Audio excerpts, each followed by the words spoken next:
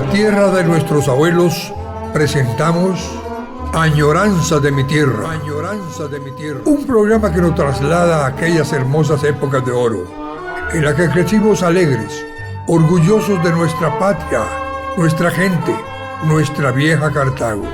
Tierra bendita por Dios, tierra forjada con sangre y con el pudor de nuestros ancestros. Hoy te honramos, oh Cartago querido. Hoy recordamos aquellos momentos y sucesos que nos pasaron, que nos hicieron reír o tal vez llorar, pero con el pasar del tiempo forjaron en nuestras almas sentimientos que nos llena de orgullo, heredando así un Cartago mejor para nosotros y para nuestras futuras generaciones. Presentamos un programa histórico que rescata tu gloria, Cartago querido, Cartago amado, logrando así posicionarte dentro de la historia en el lugar que mereces. Hoy recordamos a la muy noble y leal ciudad de Cartago. Añoranza de mi tierra, añoranza de mi tierra.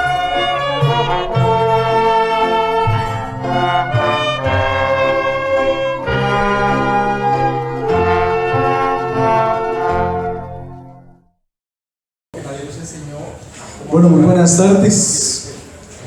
Hemos iniciado la transmisión a través de el Facebook Cartago Antiguo y también el Facebook Sala Marco Aurelio Aguilar Mata. Nos encontramos en el Colegio Universitario de Cartago, en la sala Profesor Marco Aurelio Aguilar Mata, un espacio que nuestra institución por más de 25 años ha puesto a disposición de la comunidad cartaginesa y nacional para presentaciones de libro, exposiciones de arte, poesía, música y diversas áreas culturales. En esta tarde tengo el agrado de contar con un panel de lujo, ¿verdad? Y así que a las personas que nos están viendo por la transmisión en vivo, pues también pueden hacer sus comentarios.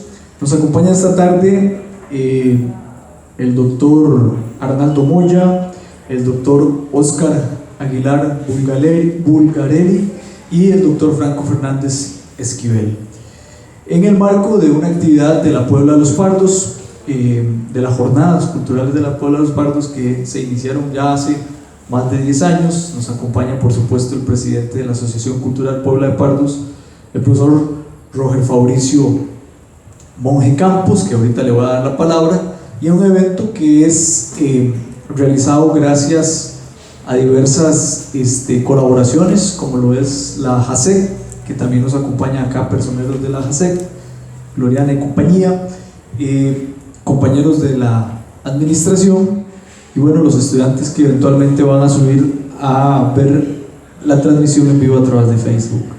Nos encontramos en una actividad sobre la afrocolonia, ¿verdad? Acá en Cartago, pero para que haga el encuadre y haga la presentación de este panel de lujo, voy a pedirle a don Roger Fabricio Monje que pues proceda a presentar a los panelistas.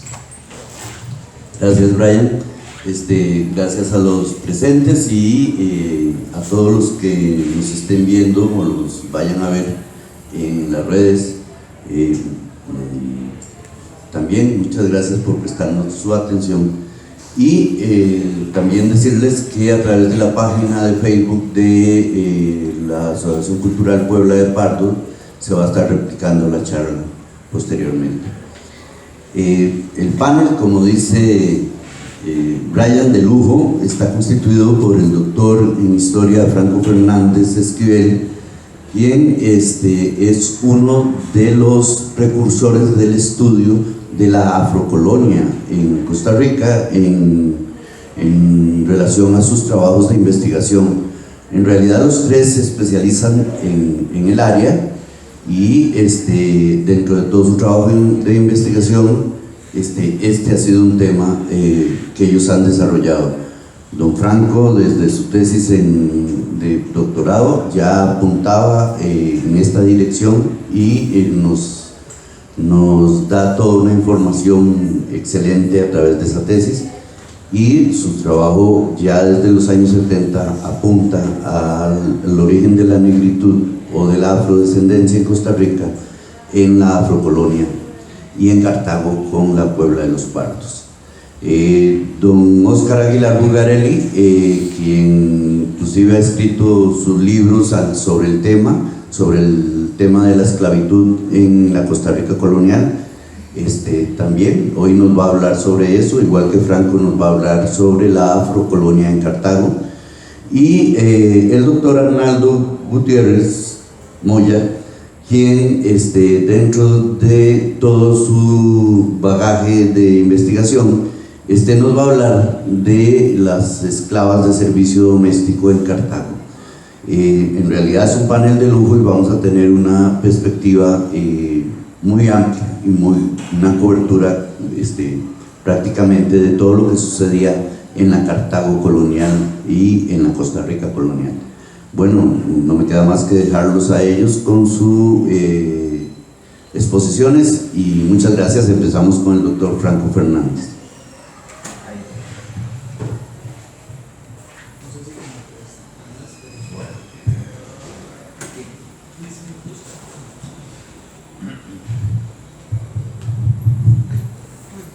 Muy buenas tardes. Buenas tardes. 3 doctores y ninguno pone inyecciones. Es algo raro.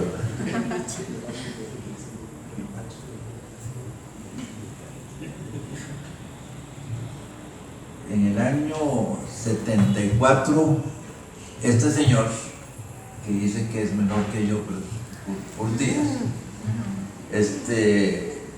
fue director de mi tesis por primera vez que hacía sobre negritud en Costa Rica. Y bueno, no me calificó tan bien, pero me ayudó bastante. Una pregunta antes de que inicies. ¿Qué te llevó a vos a un tema que en Costa Rica era un tabú? De hecho, no se hablaba. O sea, en Costa Rica, la Costa Rica de los 70, no existió la esclavitud. Y para visibilizar, tuvimos que pasar por los estudios de Franco, por los estudios de Don Oscar, para empezar a visibilizar la negritud. No existía. Y en los programas de colegio y de escuela no había esclavos. La esclavitud negra en Costa Rica. Sí, la pregunta es siempre. Es capciosa. Perfecto. Me gusta la pregunta, porque podemos hablar de eso. Sí. Yo tenía una tía casada con un doctor nicaragüense que desde muy joven era muy linda. Bueno, está viva todavía, tiene 99 años. Así que es la única viva. Se casó con un médico de Granada, Nicaragua, doctor Domingo Argüello, y se fueron a vivir a Limón. Entonces, las vacaciones mías casi todas las pasaba en Limón. Ir a Limón en esa época, hace tantísimos años como los que yo tengo, era ir a otro país, definitivamente. Había que coger el tren a las 8 de la mañana y con suerte se podía llegar a las 7 de la noche a Limón. Entonces era todo el día pasando por todas las estaciones y era una cosa fuera de Costa Rica, porque en la zona donde ellos vivían, que era la zona donde estaban los altos empleados de la compañía bananera, era maravillosa, ¿verdad? Y luego estaba la zona de Limón, en que yo no sé qué porcentaje era negra, ¿verdad? Era negra. Entonces mi tío fue adicto fue el primero que, por ejemplo, integró los salones del hospital con blancos y negros, porque antes había un salón para negros y un salón para blancos. Fui entrando en el proceso de que en Costa Rica había una discriminación racial solapada, espantosa. Entonces yo aquí es donde me voy a meter en mi tesis, consulté con uno de mis directores, que es el compañero que tengo a la par. Le pareció bien, pero me dijo, pero andate por el lado político, eso no se me olvidó. Digo, bueno, muy bien, porque nunca había llegado un negro a la Asamblea Legislativa. Los negros todavía no eran costarricenses, estaban empezando a ser costarricenses. Fue cuando Figueres hizo su segunda campaña y que le decían a Figueres, papá, Fig, porque les hablaban inglés. Para ellos fue una maravilla. Ellos eran apátridas porque resulta que eran ingleses, según ellos, ¿verdad? Que venían todos, casi todos de Jamaica, tenían la foto de la reina Isabel y cosas de esas ahí en su casa, y eran la mayoría anglicanos o de otras denominaciones evangélicas. Comían diferente a nosotros, era todo diferente, y había una discriminación muy grande, hasta un absurdo que por ahí aparece como si fuera cierto. Decían ellos que no los dejaban pasar de Turrialba, ¿verdad? Que mentiras, ¿verdad? Es mentiras. Lo que pasa es que un descendiente afro costarricense que era miembro de la Asamblea Legislativa, cuando se firmó el contrato de pasar las plantaciones de banano del Pacífico en Costa Rica, en un artículo decía que era prohibido enganchar negros en esa nueva zona, ¿verdad?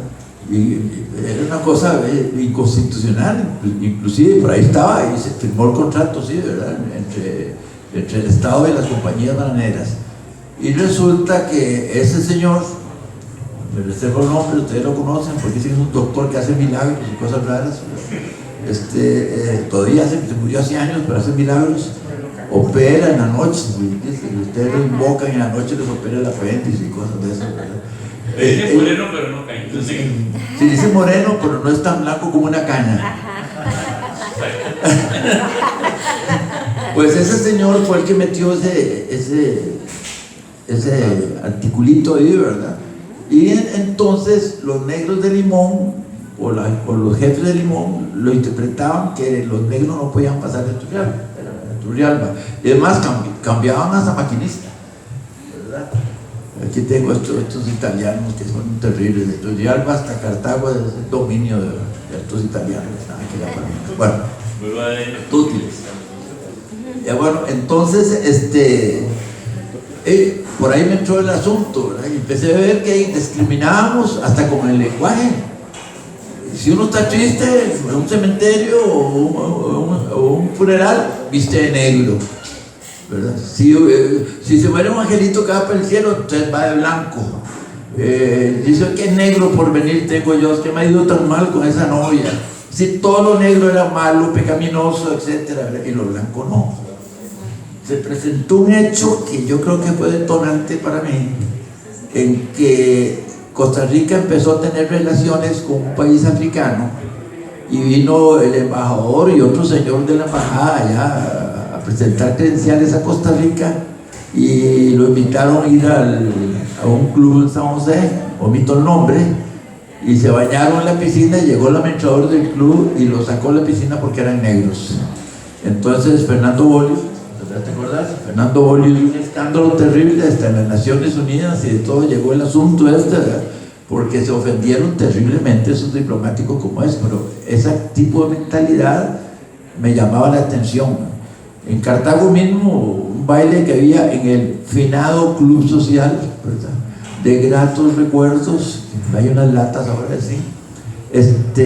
Recuerdo una vez que un baile muy muy selecto, llegó mi tía y llevó una pareja de negros y todo el mundo se quedaba viendo como una cosa rara, y además no le hicieron ningún desprecio, pero sí a mi tía que estaba acostumbrada a vivir entre negros, se quedaron asustados, ¿verdad? Entonces había una realidad, hay discriminación en Costa Rica, y eso quiero probarlo. Entonces la prueba no solo lo hice con encuestas ni nada, sino que la actitud que empezó a hacer Figueres, en ese momento hablando de Figueres viejo, la actitud que empezó a hacer Figueres de darles primero la ciudadanía, que no la tenían, ya no eran ingleses, pero tampoco eran costarricenses, imagínense ustedes, y hizo una campaña muy grande para cedular a todos estos negros en Limón, y por primera vez el Partido de Liberación Nacional, cuando era un partido de verdad, ahora eso es de mentiras, puso por primera vez a un diputado negro. ¿Te acuerdas quién era el diputado negro? No, ¿cómo se llama este señor? ¿Qué? Sí, no, bueno, ahorita recuerdo. Puso un diputado negro y quedó de diputado, ¿verdad? Entonces, a partir de ahí, yo hice un seguimiento de cómo los negros iban alcanzando el poder político, no solo en la participación en la Asamblea Legislativa, sino en la municipalidad y en otras instituciones del Estado. Bueno, por ahí me entró la curiosidad. No entramos en tema. No me parece, o sea, sí me parece excepcional, porque llegar a un tema, digamos, que todavía mucha gente desconoce el régimen de esclavitud que conoció Costa Rica en la época colonial y un poquito más allá. Algunos historiadores dicen que lo que nosotros conocíamos como esclavitud se convirtió en una figura distinta, pero que en el fondo seguía siendo un esclavito en la casa, ¿verdad? Que la figura del entenado, del muchachito que dejaron en la puerta de la casa, o que los papás lo cedieron a la familia, pero esa familia no lo toma como hijo sobrino, ¿ya? Sino que lo toma como su esclavito. Y eso todavía, yo me encuentro expedientes de 1840 y 44 en Cartago, donde decía que a determinado individuo lo tenía como esclavo en tal casa, ¿ok? Y siempre son en casas principales, ¿ya? Alex Curling, exactamente, Alex Curling. Lo tiene, ¿no? Hermano de Telma. Alex Curling. Hermano de Telma. Fue el primer diputado negro de Costa Rica, ¿verdad? Alex Curling, y por cierto tenía una hermana muy teniente, creo que era abogada, sí, ¿verdad? No, Alex Curling. Se vinieron a vivir, como se... Muy conocido y participaba activamente en la política. Bueno, por ahí fue donde... bueno, cuando yo presenté el tema, creo que solo don Oscar lo defendió, porque era un tema rarísimo, como dices, porque todo mundo creía que los únicos negros que habían llegado a Costa Rica eran los negros que llegaron a Limón para la construcción del ferrocarril y que después quedaron enclavados en los bananales y todas las cosas que ustedes saben, ¿verdad? Porque y es una creencia que todavía muy... Claro, así toda la gente, ¿no? Y los profesores, estudios sociales en los colegios, yo he tenido problemas con eso. Los profesores, imagínense, los profesores de estudios sociales dicen que los primeros negros que llegaron aquí, llegaron a final del siglo XIX, ¿verdad? Como con la construcción del ferrocarril y que después desarrollaron las compañías graneras. Imagínense, si no existía el concepto de que Costa Rica era un país, una colonia esclavista, ¿verdad? Que nuestra estructura esclavista más grave que la que se dio en México, más grave que la que se dio en Brasil. ¿Por qué? Porque los negros que nosotros liberábamos en las diferentes formas que se liberaban, que ahora creo que la va a hablar el doctor, nuestra economía era tan pobre y tan cerrada que esos negros no podían sobresalir en alguna acción, sino que tenían que seguir siempre con su amo, aunque fueran libres. Y esas cosas no se daban ni en Brasil, por ejemplo, ¿verdad? En Brasil se desarrollaron. Entonces, esa esclavitud fue terrible porque no servía prácticamente ni liberarlos, porque tenían que seguir viviendo de su amo. Y bueno, estudios que he hecho compañeros sobre la Puebla, los partos y demás, negros libres, ahí, al decir negros, son afrodescendientes, ¿verdad? Afrodescendientes.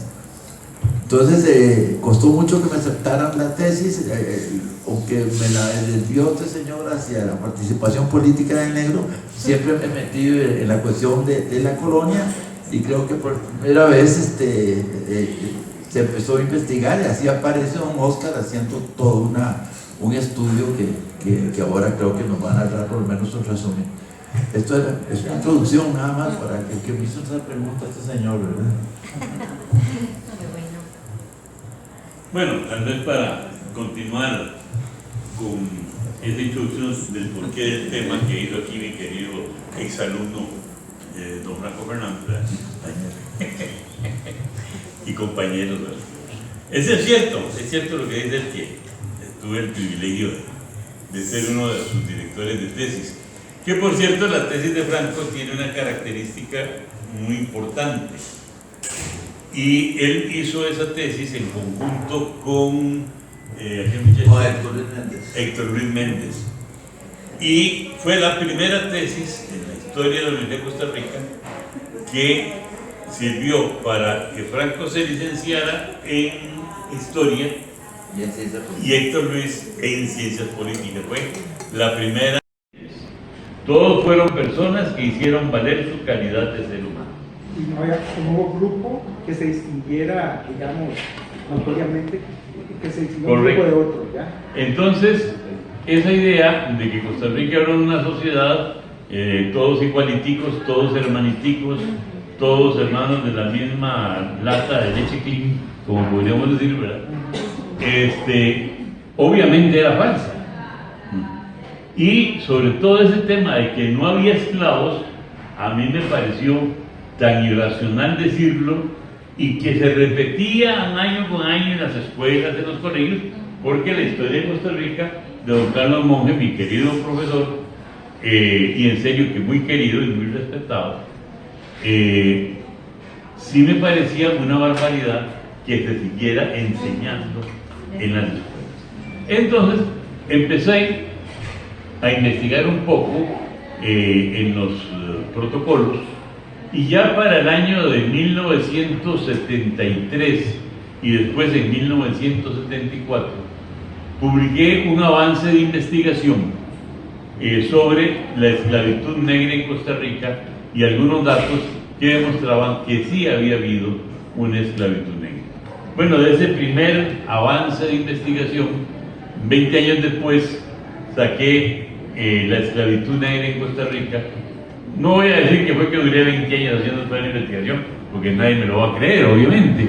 En ese interín fui diputado, tuve que fundar un par de facultades en la Universidad Nacional, en fin, hubo algunos detallillos que me distrajeron un poco el tiempo y parte de la investigación quedó ahí guardada en una gaveta. Sí me llama mucho la atención que, habiendo publicado yo esos artículos en el año 73-74 y Franco, habiendo publicado esa excelente tesis que hizo en la Universidad de Costa Rica también en el año 74, pasaran más de 20 años sin que existiera ningún interés en volver a estudiar el tema.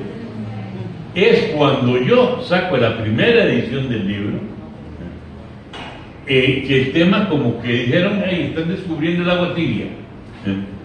Y resulta que empiezan a aparecer algunos estudios sobre este tema, y que el librito, pues modestamente, se convirtió en cierta forma como en una fuente de información, por lo menos para introducir a muchos historiadores en el tema.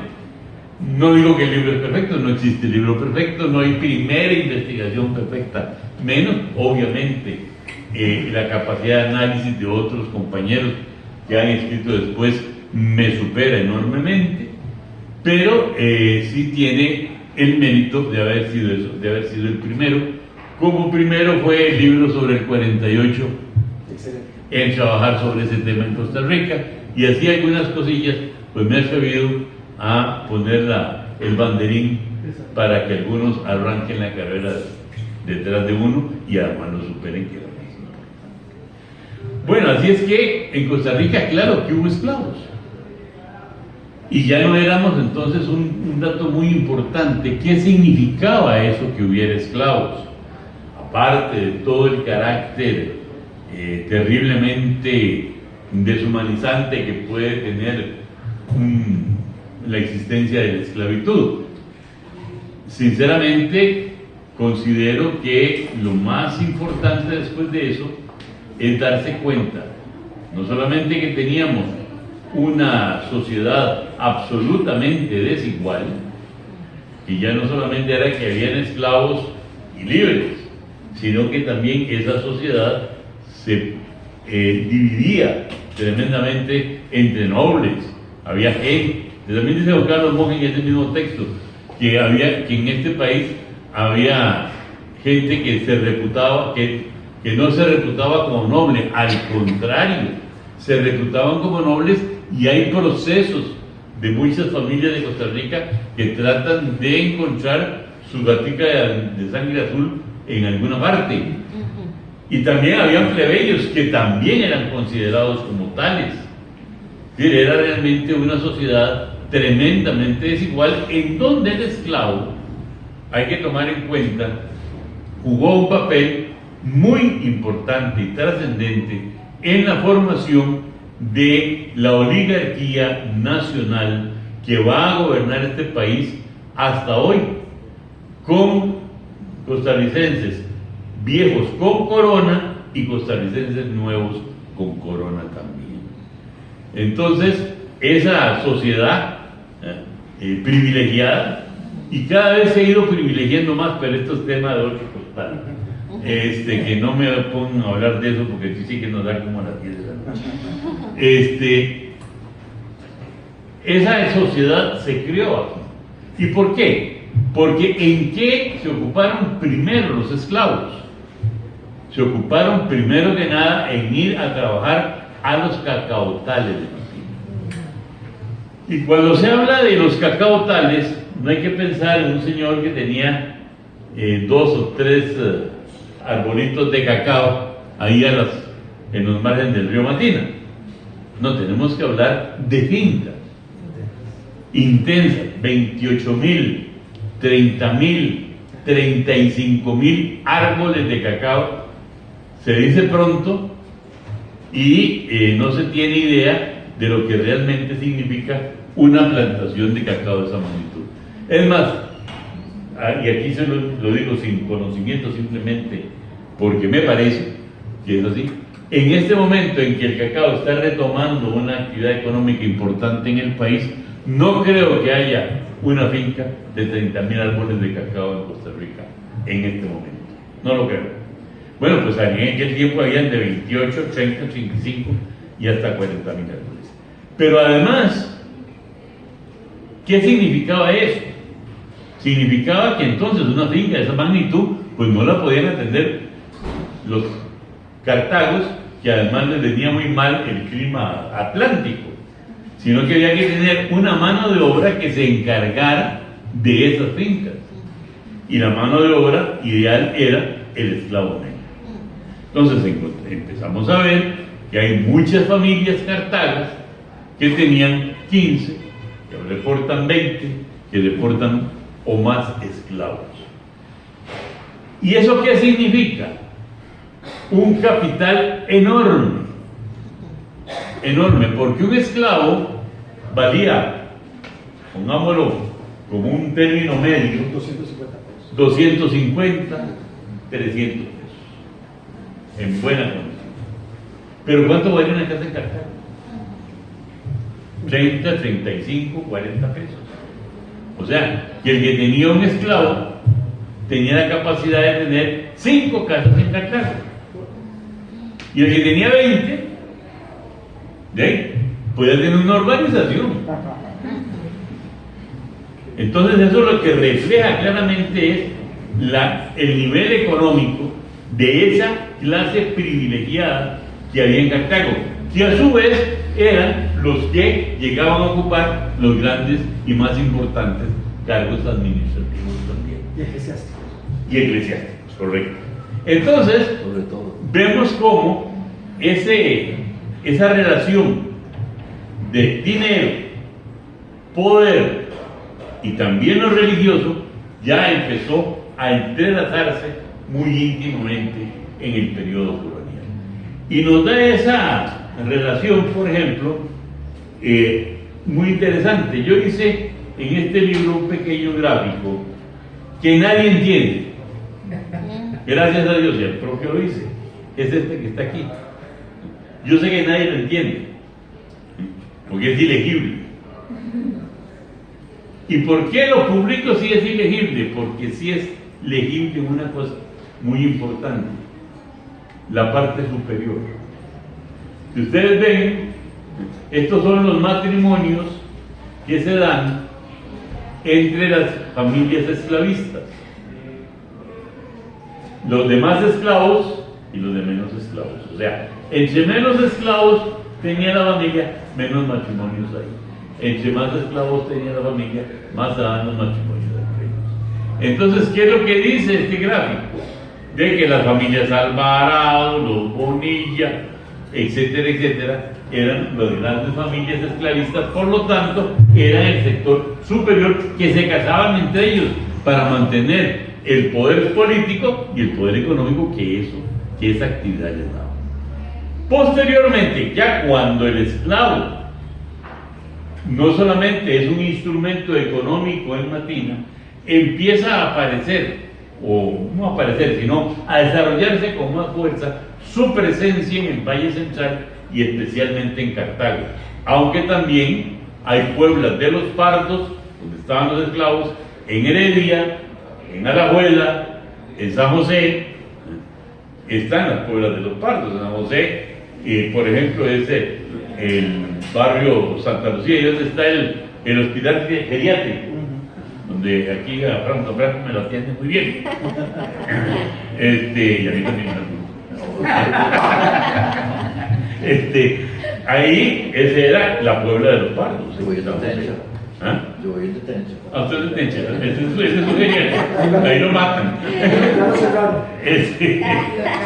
En Heredia, por ejemplo, está en la calle esa entre Heredia y Santo Domingo, popularmente en Heredia llamada la calle de los Chanchos. En eso, ahí estaba. Es más, todavía la gente llama La Puebla. Vamos a La Puebla, ¿verdad? Y hay una plaza que se llama la Plaza de La Puebla. Bueno, para que vean que sí habían esclavos ya en otras ciudades, pero lógicamente el gran centro de la concentración de esclavos fue obviamente Cartago. ¿Y qué significó que hubiera gente esclava en Cartago? Dos cosas. En primero, que ya había otros cultivos importantes de ese sector que se estaban desarrollando. Entonces ya vemos que plátano, que maíz, que arroz empezaron a ser fundamentalmente los más destacados, y bueno, y un poquito de ganadería en el Valle Central, pero fundamentalmente en Guanacaste. Y correcto. Y además hay otro elemento. Esos esclavos empiezan a invadir un ámbito muy importante, el ámbito familiar, la casa. Ya la cartaguita noble, de plata, etcétera, ya podía ver quién le barría el piso de tierra, si es que fuera de tierra la casa que tenía o lo que fuera, quién le ayudaba, y ya tenían esclavas para el servicio doméstico. Un poquitito más baratas, pero siempre muy caras. O sea, ¿quién tenía la capacidad de tener una esclava de servicio doméstico y no dedicada a la producción en una finca, etcétera? Era porque ya había sobrepasado el nivel económico de tener de una mano de obra requerida para el trabajo en una finca, para tener una mano de obra para aliviar los servicios del hogar. O sea, un poquito de lujo. No digo que eso me parece porque sería muy coche, pero en fin. Es como la señora que pasa, no sé, de la escoba al cepillo eléctrico, no, o la aspiradora. Es un lujo. Pero a su vez entonces eso implicó otra cosa. Esos esclavos necesitaban comer. Y cuando eran traídos de África, aquellos barcos, se les daba una alimentación muy básica, pero muy alimenticia, para que pudieran soportar la pesadez de aquel viaje. Que era realmente un arroz con un tipo de frijol. Entonces, por eso nosotros vemos el Caribe, que es un Caribe esclavista, de Estados Unidos hasta Brasil y pasando por todo el Caribe, en todos los países hubo esclavos.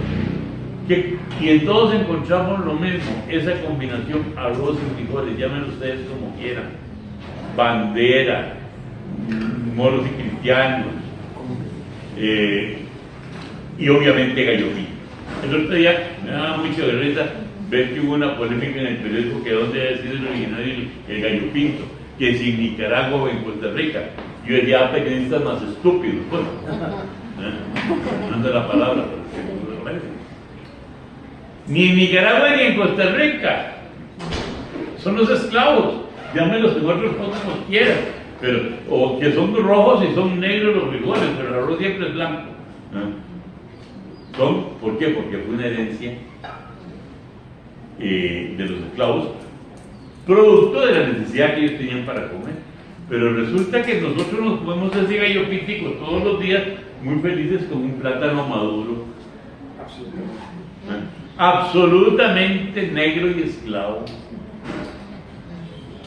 Y así podemos ir encontrando la incorporación de alimentos en la dieta costarricense, y en la música, y en la cultura igual, y hasta en las corridas de toros.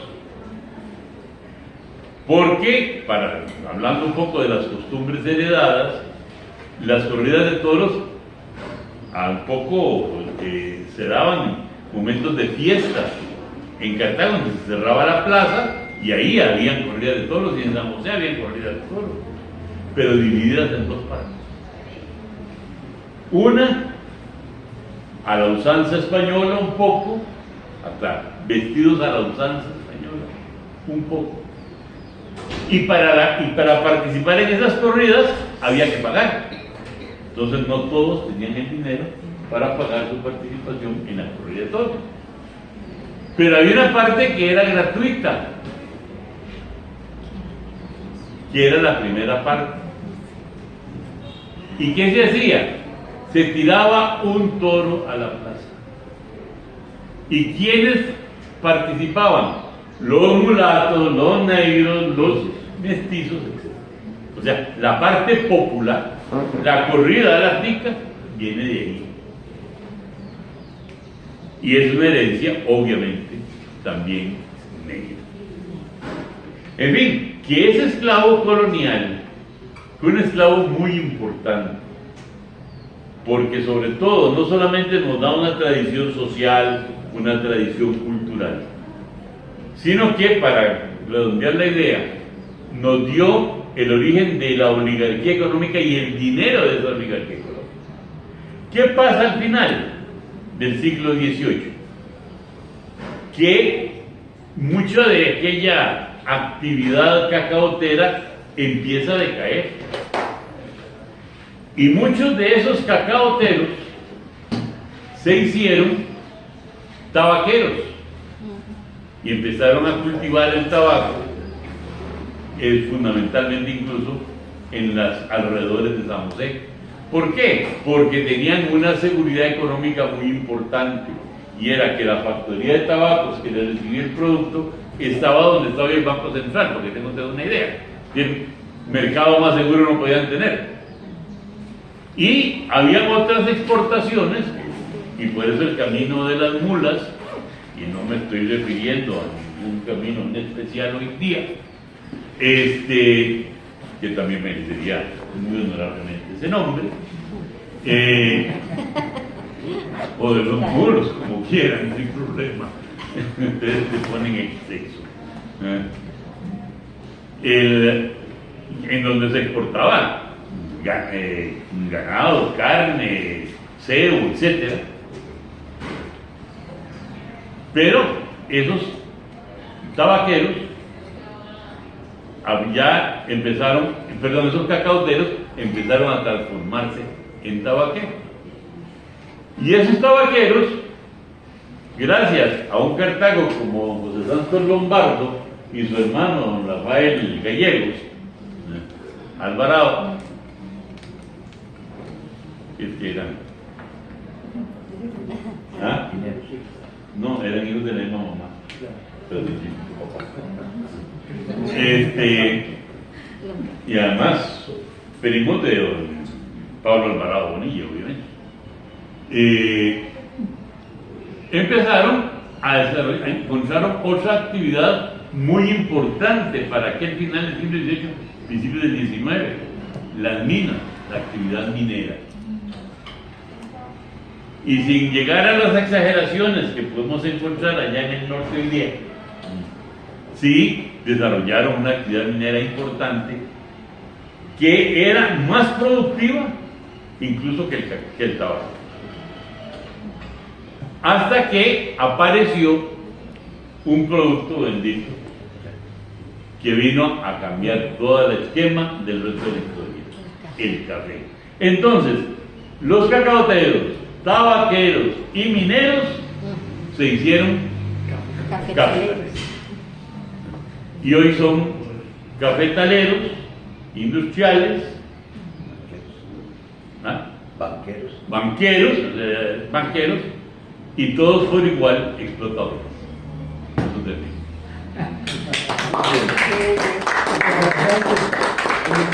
Buenas tardes a todos y todas. Yo voy a tomar algo de la... Oiga, ¿qué le falta ahí? No, Lo que va a hacer y voy a retomar a Franco y voy a retomar a don Oscar con este asunto de las mujeres esclavas. Obviamente es quizá de la esclavitud es uno de los puntos culminantes, porque nosotros podemos decir hubo esclavas, hubo esclavos. Ahora, por cierto,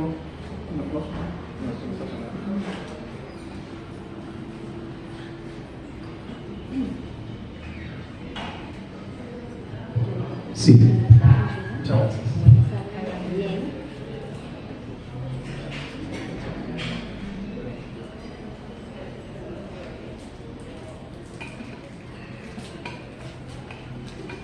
Vamos a cambiar los materiales. Por algo no las dio ¿qué podemos hablar? ¿Sí? Yo al menos no tengo problema. El único que no tiene problema. No veo por qué. Somos muy pequeños. Seguir tirando. Sí, voy a continuar. El asunto es que ahora no se habla de esclavos o esclavas, se habla de personas esclavizadas, ¿ya? O sea, se dice que los esclavos no eran, o sea, sí eran conscientes de su esclavitud, pero que al no ser realmente conscientes, entonces no puedes hablar de esclavos, porque ellos nunca hubieran permitido tener un esclavista para sí mismos, ¿ya? Entonces se habla de personas esclavizadas. Eso es lo más novedoso que hay en cuanto a estudios de esclavitud. Yo seguiré hablando de esclavos porque ya los textos que he escrito sobre esclavos vienen como tales y yo no voy a cambiar, digamos, la esencia de esos textos. Con respecto a la esclavitud femenina en Cartago, lo que yo he estudiado es sobre todo en 1750, a la época en que la esclavitud se va a abolir, ¿verdad? 1824. Es interesantísimo. No siempre nosotros nos vamos a encontrar todo este asunto de los esclavos divididos en, digamos, los esclavos femeninos y los esclavos masculinos. Eso no lo encontramos. No obstante, en el primer censo borbónico que se establece en la ciudad de Cartago en 1778, vamos a encontrarnos que es un censo que registra toda la población española, la población mestiza, etcétera, etcétera. Cuando se refiere a sus criados, dice, los criados van inscritos en las castas. O sea, primero se normaliza, digamos, todo lo que tiene que ver con los segmentos principales, ¿verdad? Tal como en la estructura social, en la cúspide de los españoles, después un grupo mestizo muy amplio, después el grupo, digamos, mestizo, que significa todo tipo de mezclas, ¿verdad? Después vienen las castas, después de las castas los negros. En la base, digamos, la base de esa pirámide social es una base negra. Ahora bien, es una base negra, ahí hay esclavos, digamos, hay negros revueltos con mulatos y todo tipo de mezclas, ¿verdad? Esas son las castas. Y esto es un poco el origen de las poblaciones que vamos a encontrar en la Puebla de los Pardos, ¿verdad? Con negros libres, yo no sé si siempre tan libres, ¿verdad? Porque algunos autores dicen que los negros esclavos también vivían en la Puebla de los Pardos. De hecho, cuando revisamos los expedientes de las familias españolas que habitan el puro casco de la ciudad de Cartago, nosotros nunca vamos a encontrar evidencia de que estas familias principales de la ciudad de Cartago le den habitación a sus esclavos negros, ¿ya? Nos encontramos que las casas tienen diferentes oficinas, así les llaman, ¿verdad? En una oficina está la cocina, porque la cocina nunca va a estar en la casa principal, porque se puede quemar la cocina y se quema toda la casa. Entonces la oficina de cocina está aparte, ¿verdad? Puede ser que haya una oficina aparte que sea nada más para la habitación de los esclavos y las esclavas negras. Y lo digo por lo siguiente, y muy bien lo mencionó don Oscar y también de algún modo lo mencionó Franco, hay familias cartaginesas que tienen 6, 10, 11 y hasta 17 esclavos. De hecho hay un caso particular que a mí me ha llamado mucho la atención y es, digamos, la familia Ibarra Oriamuno, es una familia esclavista, es una familia que tuvo que ver con haciendas ganaderas en Bagaces y Cañas, con haciendas de cacao en Matina, etcétera, etcétera. Es una de las familias que pertenece, digamos, a la cúspide de las cúspides en cuanto a su haber. Y esos 17 esclavos se van a destinar, unos para Matina, otros para la hacienda ganadera en Guanacaste, y otros, y óigase, importante me parece, los esclavos se utilizaban cuadrillas de esclavos para mantener las casas de adobes, ¿ya? Los adobes después de 60 años, si no se les da mantenimiento, se pulverizan. Entonces las casas de adobes siempre tenían que tener mantenimiento. Tienen sus propios grupos de esclavos para mantener esas casas. Encuentro un expediente donde determinado señor de Cartago está prestando 3 de sus esclavos para ir a la manutención de una ermita que es de adobes, que está lejos de Cartago. Entonces no solo me encuentro que están prestando esclavos, sino que encontramos exactamente cuál es su dieta, ¿verdad? Es una dieta, digamos, que tiene que durarles 3 o 4 días, de queso fresco, que ahí se les va a medio madurar, de bizcochos de bizcochos de maíz, etcétera, etcétera, tortillas, etcétera, ¿verdad? Por primera aproximación de una dieta que pueden tener sectores populares. En aquel momento estamos hablando de del último tercio del siglo XVIII. Por otro lado, nos encontramos que estos mismos señores se dicen en su testamento que le van a dar la libertad a 2 de sus esclavas. Una se llama Mónica y la otra se llama, bueno, de la otra no recuerdo el nombre, pero estas 2 esclavas estaban enfermas, ¿ya? Entonces les anuncian que les van a dar la libertad justamente porque ya no pertenecen a la fuerza de trabajo. Y están muy viejas, una padece la garganta y la otra no recuerdo de qué padecía, pero dicen que el matrimonio les da su libertad hasta el final de sus días. O sea, que es un testamento mancomunado, y si se muere primero la señora, le quedan las esclavas al señor y viceversa, ¿verdad? O sea, estas esclavas ni siquiera enfermas y viejas iban a ser libres. Eso me obliga también a hablar de las cartas de libertad. Las cartas de libertad es un expediente que se utiliza con cierta recurrencia, pero sobre todo en la transición del siglo XVIII al siglo XIX van a haber cartas de libertad. Básicamente no son las madres que están comprando la libertad de sus hijos esclavitos, son los hijos esclavos que cuando crecen, tienen suficiente cantidad de dinero, pueden comprar la libertad de su madre. Y no obstante, estas madres se quedan trabajando, ¿verdad? Ya no como esclavas, pero no tienen dónde ir, se quedan en las casas principales. Por eso esas casas principales muchas veces iban a tomar los nombres y los apellidos, como bien lo mencionó Monseñor Sanabria en sus estudios, ¿verdad? Las familias, o más bien los esclavos y las esclavas que no tienen apellido, porque no lo tienen, ¿verdad?, van a tomar los apellidos de estas casas principales, ¿ok? Bueno, eso por un lado. Tengo que decir también, y más o menos lo esbozó don Oscar, tiene que ver exactamente con el carácter de esa sociedad que mantiene un régimen esclavista, ¿verdad? O sea, el estilo de vida señorial de la ciudad de Cartago durante toda la época colonial no hubiera sobrevivido si ese estilo de vida señorial no hubiera descansado sobre los hombres de los esclavos y de las esclavas. Y las esclavas van a ser fundamentales en la reproducción de la vida material. Y voy a hablar de 2 casos, básicamente, en donde se ilustra esto que estoy diciendo. Bueno, el primero es una negra esclava que llega a la cocina de un señor de apellido Villasanta. Llega como cocinera, o sea, la familia la contrata como cocinera, pero ella se queda viviendo en esa casa ya no como cocinera, sino como ama de leche. O sea, no solo es niñera, sino ama de leche. En determinado momento, la señora de la casa no puede encargarse de amamantar a su criatura, entonces esta ex cocinera se va a encargar de amamantarlo. Eso tiene un nombre. Bueno, ya lo dije, ¿verdad? Dama de leche, o sea, una negra convertida en niñera y ama, no dama, sino ama de leche del esclavito negro. Otro expediente muy importante que me encontré y que, digamos, habla de toda la dimensión de esta sociedad es que hay una negra que se vende en 175 pesos más lo que lleva adentro, que está valorado en 75. ¿Ya? O sea, he encontrado expedientes donde la negra se vende con sus 2 hijos esclavos y cada uno se tasa por aparte. Pero este caso, digamos, es excepcional en el sentido de que la negra esclava tiene su precio y lo que lleva adentro también tiene su precio. Por eso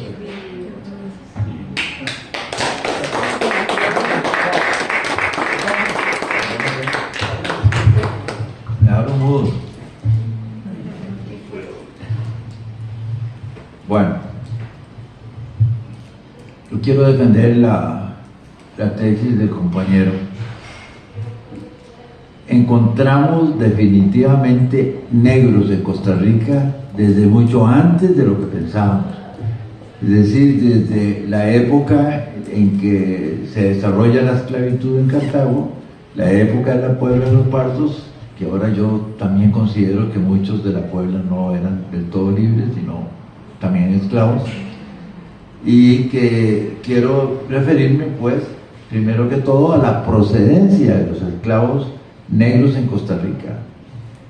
La distribución más importante fue definitivamente Cartagena de Indias, porque no solo porque se fundó por el famoso Pedro de Herrera en 1533, sino que fue el puerto más importante de ingresos de negros al área donde se encuentra Costa Rica. Estoy hablando de Venezuela, de lo que hoy es Venezuela, Colombia, tierra firme que era Panamá, porque nuestros negros vinieron prácticamente de Panamá, o ilegales o legales. Por lo general los legales, que eran autorizados por una serie de procedimientos que tenían los españoles muy difíciles inclusive de cumplir, entraban por Caldera o algunos pequeños puertos que estaban en la desembocadura del Tapisque o cerca de Caldera. Y los ilegales, que también se pudieron registrar algunos, localizar algunos, entraban por Matina. Aquí el negocio sí entraba, era diferente. Muchos venían de Portobelo, pero algunos también venían de La Habana, de lo que hoy es Puerto Rico, y República Dominicana, esta zona. Tengo un registro interesante de gente que entró por comercio ilícito en Matina. Para que vean ustedes, si lo ilícito se logró plasmar en estas cifras, lo ilícito que no se lleva a cabo tiene que ser muchísimo mayor. Entre 1695 y 1704 entraron 40 esclavos de ambos sexos y de todas edades. Entre 1695 y 1712, 2 esclavos. En 1702, 15 esclavos. En 1703, 30 esclavos. Entre 1703 y 1712, 10 esclavos. En 1710, 19 esclavos. En 1726, 2 esclavos. En 1757, un esclavo bozal. Bozal es el esclavo que viene sin saber absolutamente nada de español, ¿verdad? Y que no puede prácticamente comunicarse con otros esclavos, porque los esclavos venían de diferentes partes de África, y eso era muy importante, tener entre los esclavos que no fueran de los mismos lugares, para que entre ellos no se entendieran por aquello un levantamiento, una cosa de esta naturaleza. Bueno, pero el asunto no está solo en la cuestión de la presencia de los esclavos y que vienen todos de este lugar, sino que también desde el inicio de los españoles, cuando empiezan a entrar por el Pacífico, toda esta gente venía con esclavos negros, pero el problema es cómo saber la cantidad, porque los esclavos muchas veces, como eran menos que seres humanos, un poquito menos, entonces no se contabilizaban, ¿verdad? Siempre decían tantos negros o tantos personas, ¿verdad? No, y le decían también porteadores, de 10 porteadores, es decir, los que andaban ganando todos los víveres y demás que venían. Por ejemplo, vean, porque ahora con las últimas investigaciones nos hemos dado cuenta que no solo en lo que hoy es Guanacaste, sino que en Nicaragua, en el norte de Honduras, en Guatemala y en el sur de México, al hacer exámenes definitivamente aparecen porcentajes muy altos en el ADN de negros, porque antes creíamos que era también solo Cartago, así que mucho antes de Cartago también se entraron estos esclavos al territorio que después será Costa Rica. Vasco Núñez de Balboa, por ejemplo, que fue el que encontró el Mar del Sur, ¿verdad? Traía negros. Y el único que se menciona es el famoso Nuflo, ¿verdad? Que era el amigo de él. Gil González Dávila, que entró hasta Nicoya en 1523, dejó negros esclavos en Nicoya. Y ahí en Nicoya empezaron a mezclarse, como era lógico, los indígenas. Francisco Fernández de Córdoba, o Franco Fernández de Córdoba, pues no soy yo, dejó 12 esclavos negros en Granada, que empezaron a mezclarse. Hernán Sánchez de Badajoz, se habla de 9 esclavos, pero posiblemente traía más. El padre Estrada, fuerte número indeterminado de negros trajo a Costa Rica. Juan de Caballón, en 1561, cuando fundó la primera ciudad de García Muñoz, traía 90 españoles y una gran cantidad de esclavos negros. Juan Vázquez de Coronado también traía varios esclavos, traía 300 hombres y varios esclavos. Es que no se contabilizaban, podrían haber sido bastantes para poder traer la cantidad de cosas que trajo Vázquez de Coronado. Y el mismo Juan de Caballón, y traían ganado, traían aves, traían semillas, traían de todo, ¿no? Alonso Buciana de Gamboa, en 1573, varios esclavos. Diego de Artiega y Chirinos, en 1573, solicitó y le dieron licencia para 20 esclavos. Y los que no le dieron licencia también los adquirió, ¿verdad? Es decir, la presencia de negros estuvo desde el inicio en Costa Rica, y por qué no decirlo, en Centroamérica también. Ahora, yo creo que es muy importante, fuera de este comercio de esclavos, tener estas convicciones. Nuestra sociedad colonial fue esclavista. Más prueba no puede ser que la que nos ha dado el compañero Oscar. El tráfico de esclavos se intensificó en el siglo XVII por el cacao, que fue cuando más valían y demás. Y los esclavos valían según la edad y según el sexo. En la edad que ya empezaban a producir, ya cuando empezaban a envejecer, pues iban bajando de valor, es lógico, ¿verdad?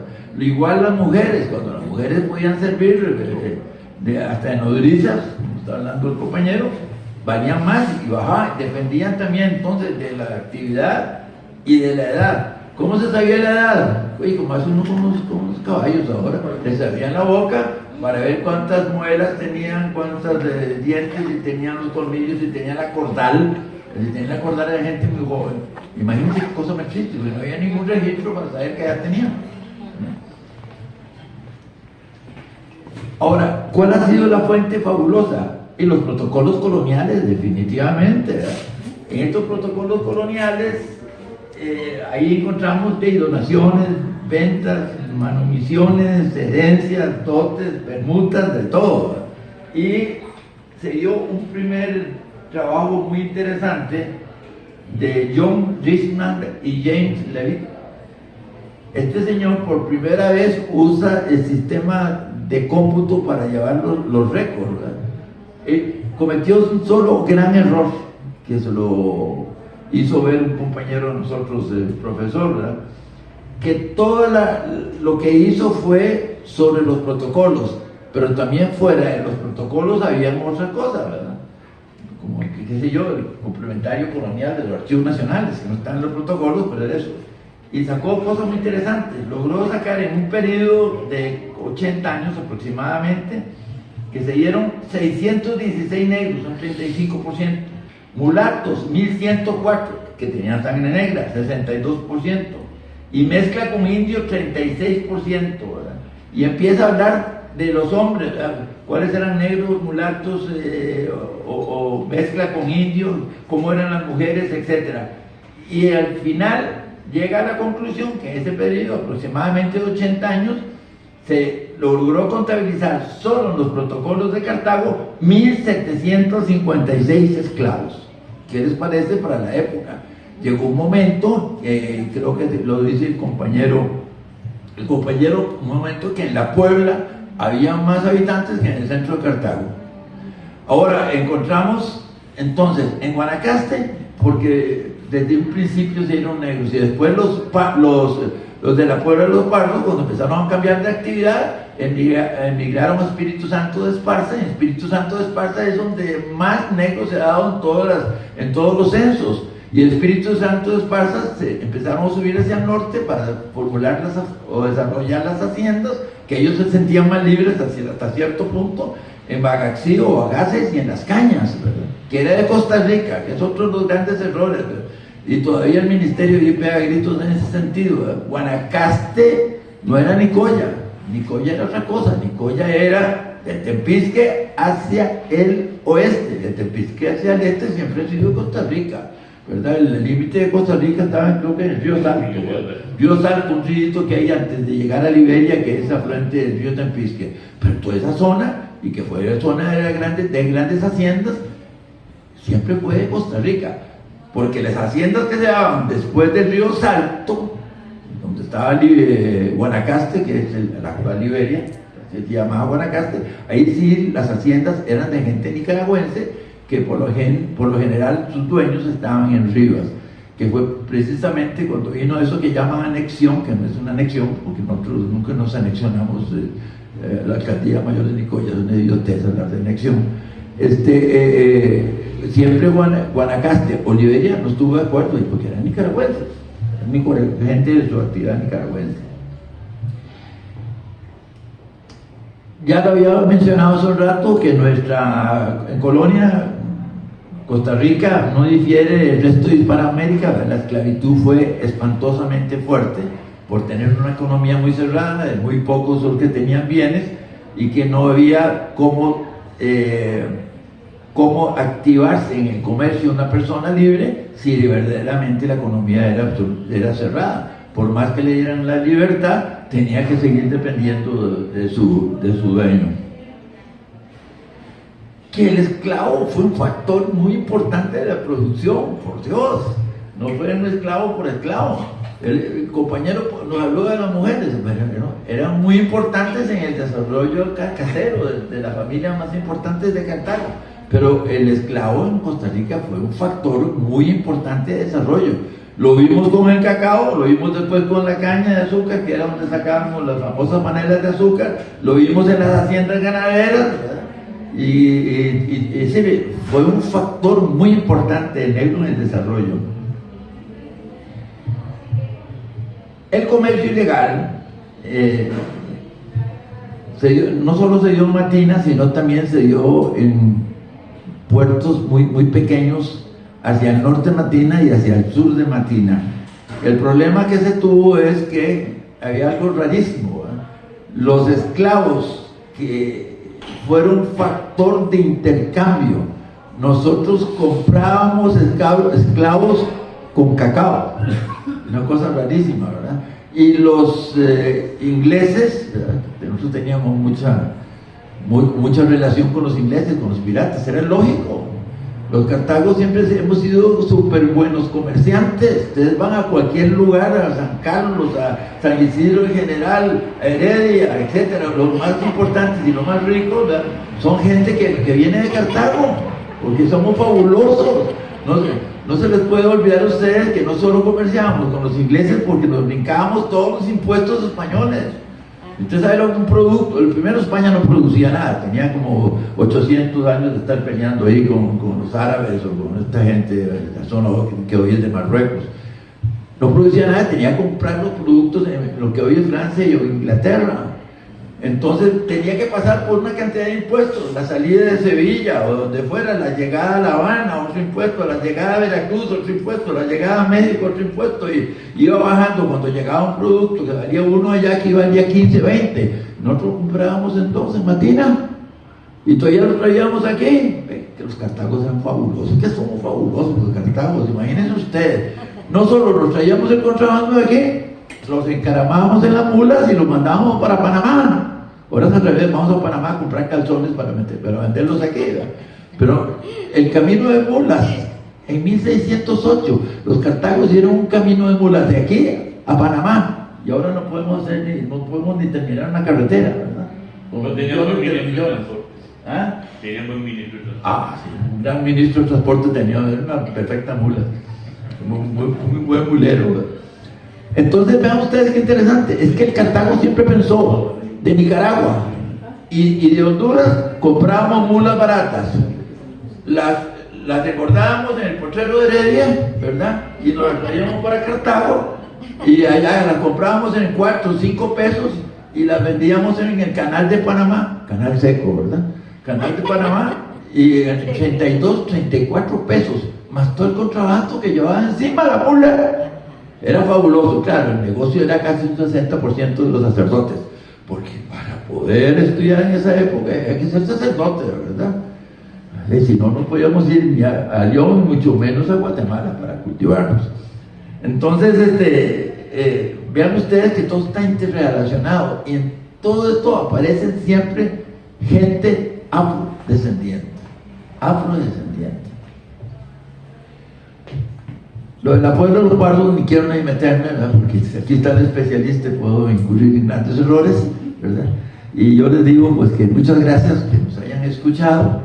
El Señor me sacó del balance, ¿verdad? Pero es importante que ustedes sepan cómo fue que empezamos a estudiar y a tener ciertas ideas para compenetrarnos en los negros en Costa Rica, pero los negros que vinieron desde la época de los exploradores, no podemos hablar ni de conquistadores, desde los exploradores hasta llegar a que Cartago pues, fue el centro colonial más importante, porque era la capital de la provincia de Costa Rica, de la esclavitud y de la negritud en nuestro país.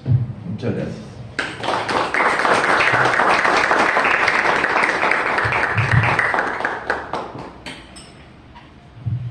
Bueno, un agradecimiento a los tres doctores por este conversatorio y este paso por la historia de un Cartago que fue muy cruel, ¿verdad? Ahí en Plaza Mayor, donde están las ruinas hoy, se comercializaban los esclavos, ¿verdad? Fabricio va a hacer el cierre, agradecerles mucho de parte de la institución.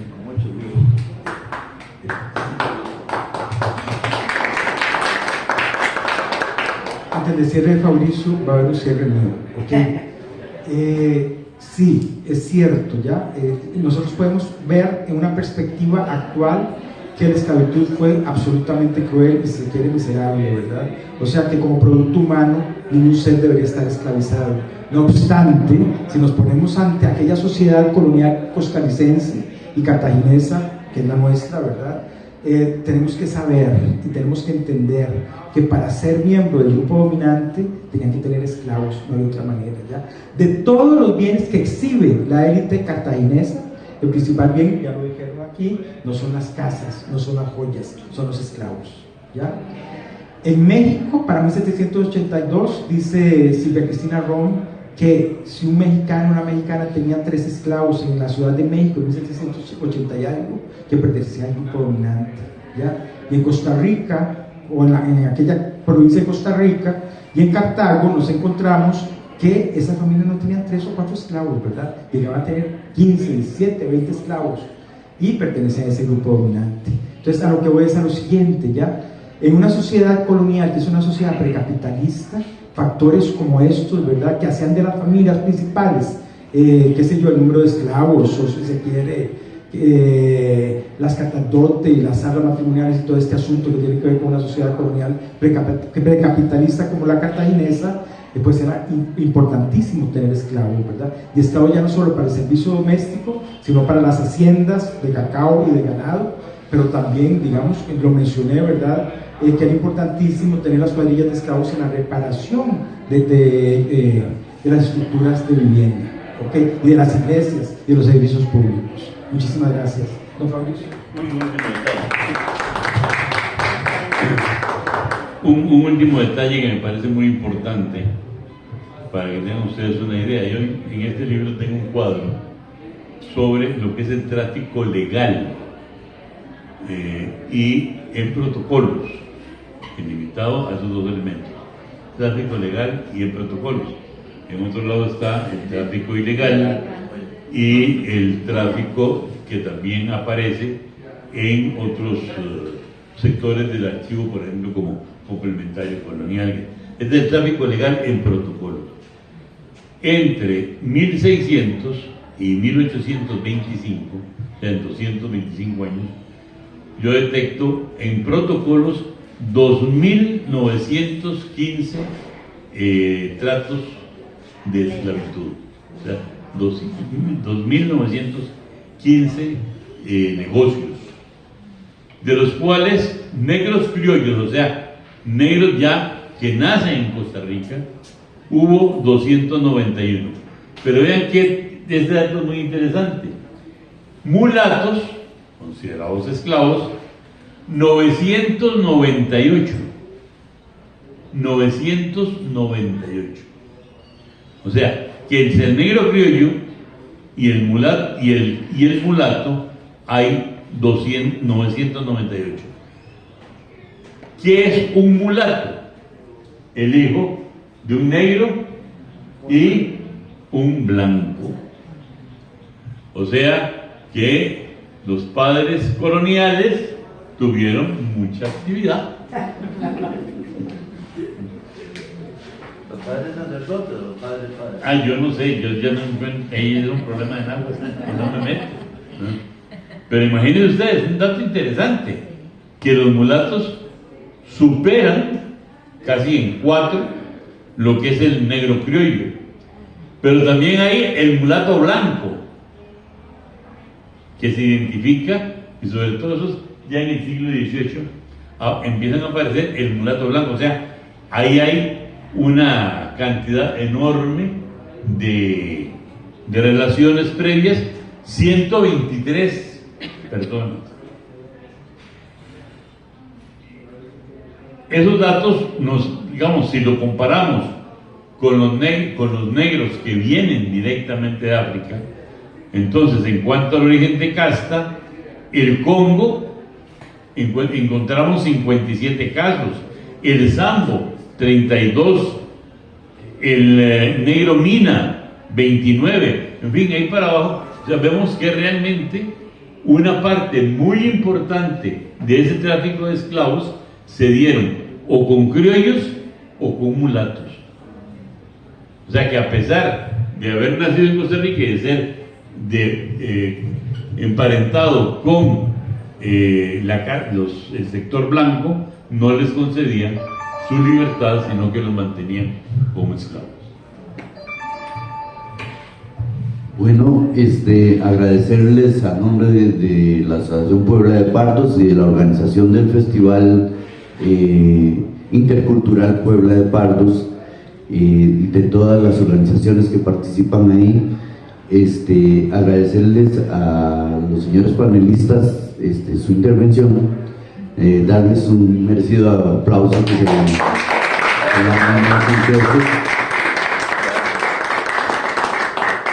Y no nos queda más que recordarles que el festival continúa en las siguientes 2 semanas y que hay una serie de actividades que vamos a tener. Mañana estará el doctor Araón Arguedas, historiador también, con el asunto de las milicias pardas y las relaciones con el Cabildo de Cartago en la Biblioteca Pública de Cartago, a partir de las 5 de la tarde. Y para la próxima semana, si ustedes entran a la página de la asociación o de cualquiera de las organizaciones del CUC, del Centro de Cultura o de la biblioteca, van a encontrarse la programación íntegra de todas las actividades que tenemos para estos días. No me queda más que reiterar el agradecimiento no solo a los panelistas, sino a las personas que participaron y a los que nos escuchan y nos ven a través de redes. Muchas gracias.